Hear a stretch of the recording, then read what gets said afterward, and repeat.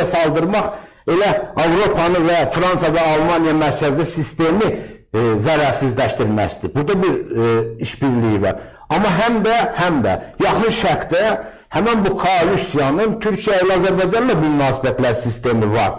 Amma biz burada Kürt faktorunu bu prosesdən kənarda qoya bilmərik. Elə İran məsələsində mərkəzində Kürt faktoru var. Çünki Kürdlərə dövlət qurma yolunda ciddi addımlar atılır. O yöndə də müharibənin bir ayağı da odur. Suriyada görürsünüz bu günlərdə. İranda bu proses baş verə Suriyada da Kürdlərlə mərkəzi hökumət arasında savaş gedir. Yəni müharibə hər yerdə gedir. Amma eyni məqsədlə.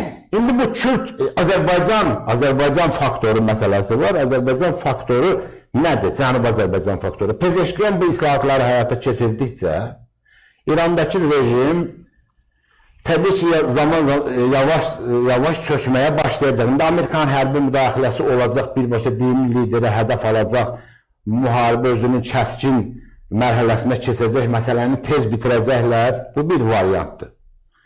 Diplomatiyada deyirlər bir variantdır. Bir variant diplomatiyada islahatla, tədricən şahı da daha doğrusu Pezeşkiyanı ön plana çıxartmaqla bu islahatları aparıb Azərbaycanın muxtariyyatının bir əsaslarını burada paralel yaratmaq. Çünki şahı siyasi baxımdan legitimləşdirdikcə Azərbaycan muxtariyyatı anlayışı enerji olaraq artır. Niyə artır?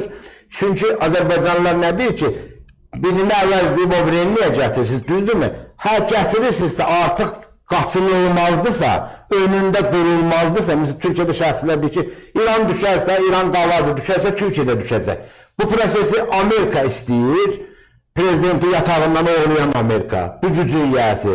Və bunu əvvəl-axır eləyəcək, rejim də dediyimiz kimi mənəvi kriteriyaları, elədikləri əməli onu ayaqda tutmağa yetərli deyil, amortizasiya uğrayıb çökür.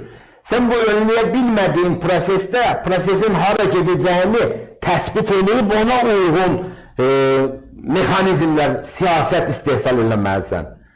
Bu nədən ibarətdir və biz hansı təhlükə gözləyir? Kürt faktoru var. Kürdlərə dövlət qururlar, İraqda muxtariyyatları var, Suriyada bu işin üçün savaşırlar hökumətlə, Türkiyədə PKK məsələsi var və İranda PEJAK məsələsi var ki, onlar silahlı dəstə də yaradırlar, artıq qəbul eləmirlər bölgələr.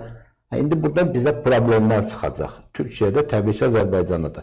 O Türkiyənin, Azərbaycanın, dövlətin, xalqın, millətin fərasətinə bağlıdır ki, önləyə bilməyəcəyin, baş verəcək bu hadisədə sənə vurula biləcək zərərlər hansıdır?